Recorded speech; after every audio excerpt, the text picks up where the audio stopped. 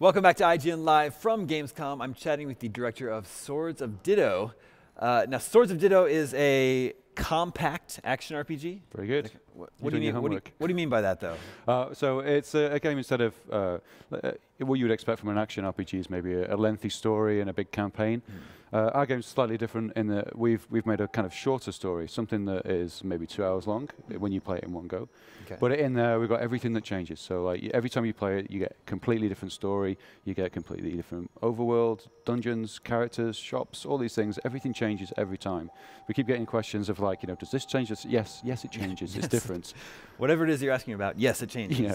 So instead of having one full-length story, we have kind of units of story, which is these 2-hour sections, and they all relate to each other. They're part of a greater legend. So the story that you play the first time, whether you win or you lose, the next story you play is 100 years later, and that's the legend of the next story. So they talk about the hero that came, saved the world, saved the town, and that was you. You see the statue here. This is the hero from 100 years ago, of the person who saved the world. And so when you win, you get a statue in the town. However, it's not all that can happen. You can actually fail because it's a permadeath situation. If you lose, then it's the end of your game, end of that world. And the people of Ditto, the island's called Ditto, they spend 100 years being oppressed by Mormo. And so when you return for your next story, I'm afraid it's not good. And no one's happy with the hero. There's no statue for you. I see. It's not good. So is roguelike the proper term to describe this? I don't know, really. It's very similar, I guess. I mean, we have maybe a longer-term kind of time investment than something like, say, Spelunky. So we have saves, so you can save the game and continue. You can come back to it later.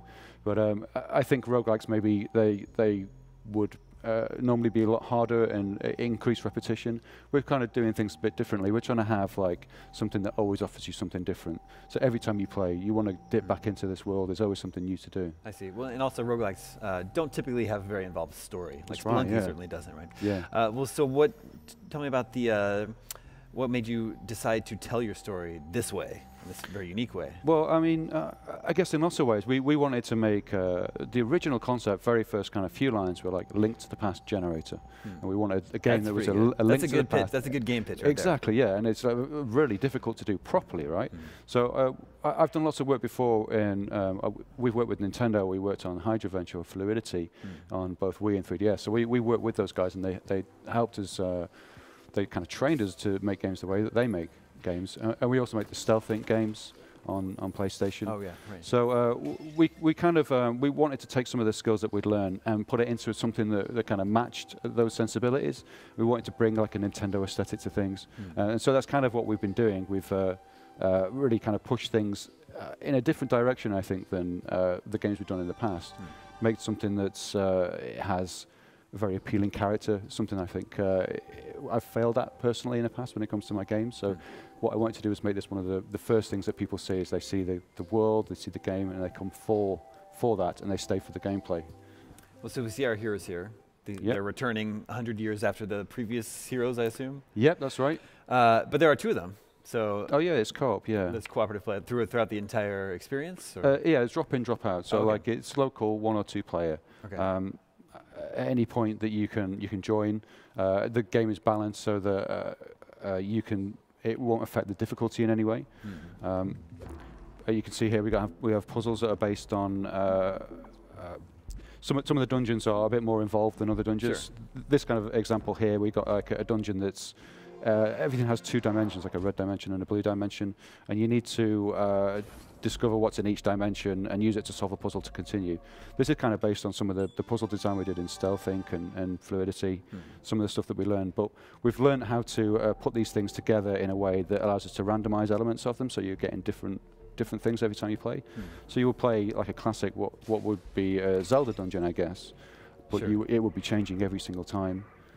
Well, I'm trying to imagine what that's like from a design perspective. Yeah, interesting challenge. Yeah. So are you creating just dozens and dozens of different puzzles that are kind of interchangeable among all these different dungeons? Yeah, there's lots of different elements to play. We have like a kind of compartmental system where things can be swapped in and out, and elements of it are changed based on, like, you can see a door here that might not be here in the room, and so that changes whether things are there or not. So it's an interesting challenge. We've always done like static puzzles before, so having these things change has like changed the way we look at everything. Sure. We don't like to do the same thing twice. So we could have made an RPG that was just handmade and stayed that way. Sure. But like, this is really an interesting thing for us to be doing. You know? I think so too. In terms of your heroes, though, each time they return, are they being randomly generated? Do you get to customize them at all? Or? Like I said before, does it change? Yes, it changes. So Okay, the hero is different every single time. The first rule of Swords of Ditto Club. So yeah, we have a bunch of numbers, a bunch of skins. At the moment, we've got like a boy and a girl and a robot that you can start the game with. They all have different hero outfits as well. All the colours change, like the hair and skin colour, as well as your outfit colours. But we're going to have lots of other things like ninjas, wrestlers, foxes, rabbits, kind of crazy stuff, frogs and things. And these things will unlock as you go. But there's no customization because it's a micro RPG. It's compact, so you're only talking about a kind of smaller time investment. So what you get is what you get, and you kind of build your story as you go over the course of the 2 hours, and then you get something completely different the next time. You know. One of the core concepts is like anyone can be a hero, so the hero's chosen from the people of the island, and they're just like a normal person, and it shows like every hero kind of can rise to the challenge and become the Sword of Ditto, and that's what the name refers to the heroes. Sure. So what can you tell us about the story then? There's an evil in the land that needs to be conquered. Yes. A hero has been chosen to save the world. Is it more involved than that? Or? Yeah, so the island of Ditto is subject to a curse that makes it repeat. Things change over time, so it's like a 100-year cycle. Every 100 years, Momo rises. Momo is the evil that subjugates the land. Okay. And someone is chosen as the Sword of Ditto to beat back that evil. This is the curse that continues to play throughout the game, but that's actually, there's more at play. The kind of overall story about what really is happening on the island Ditto, why this is happening, what your part in is it as the player, what Momo, what her part is. There's another character as well called Puku, she's your guide on the island, and all of these characters, there's like a mystery going on. It's for you to solve over the course of like many decades, but well, actually centuries, I guess. Mm-hmm. So in a Zelda game, in Link to the Past, you're finding heart containers and increasing your health and getting stronger over time. Is that happening here? Are you like in the time that you're trying to save the world, are you becoming stronger before you are defeated? Yes, we have a number of different systems. Like the kids can collect stickers, so there's like a per story kind of progression where you can collect stickers, and the kids stick them on their arms, on their swords and things, and each of them gives them special abilities. Okay. These things are more interchangeable and they get hot swapped, so you can build your own kind of like different attacks that you have and different resistances to elements and so on. This is like per story, but over the course of many stories, you're always gaining experience, so you're always leveling up. So your XP increases, and you do more damage. But as you do so, you get stronger, and you can do more in the world. But at the same time, as you complete stories, the world levels up around you, so it gets more powerful. Every time you complete a story, everything becomes more difficult. But what we find is like when people are playing, if they're finding it too hard, they may die a lot, but they're still gaining their experience, and that still maintains. So they're always getting stronger and stronger. And by the time, if they're finding it hard, they kind of level up to a point at which it's difficult enough for them, and they can progress. So it's like a self-balancing mechanism. So you're always getting stronger. Does the progress that you've made in the story carry over to your next playthrough? Like, you pick up where the last hero left off? Yeah, because the story itself it's never lost, as it were. There's a way to kind of break the curse, and that's something that you discover as you play through multiple stories by being watchful of the things that you come across. I see.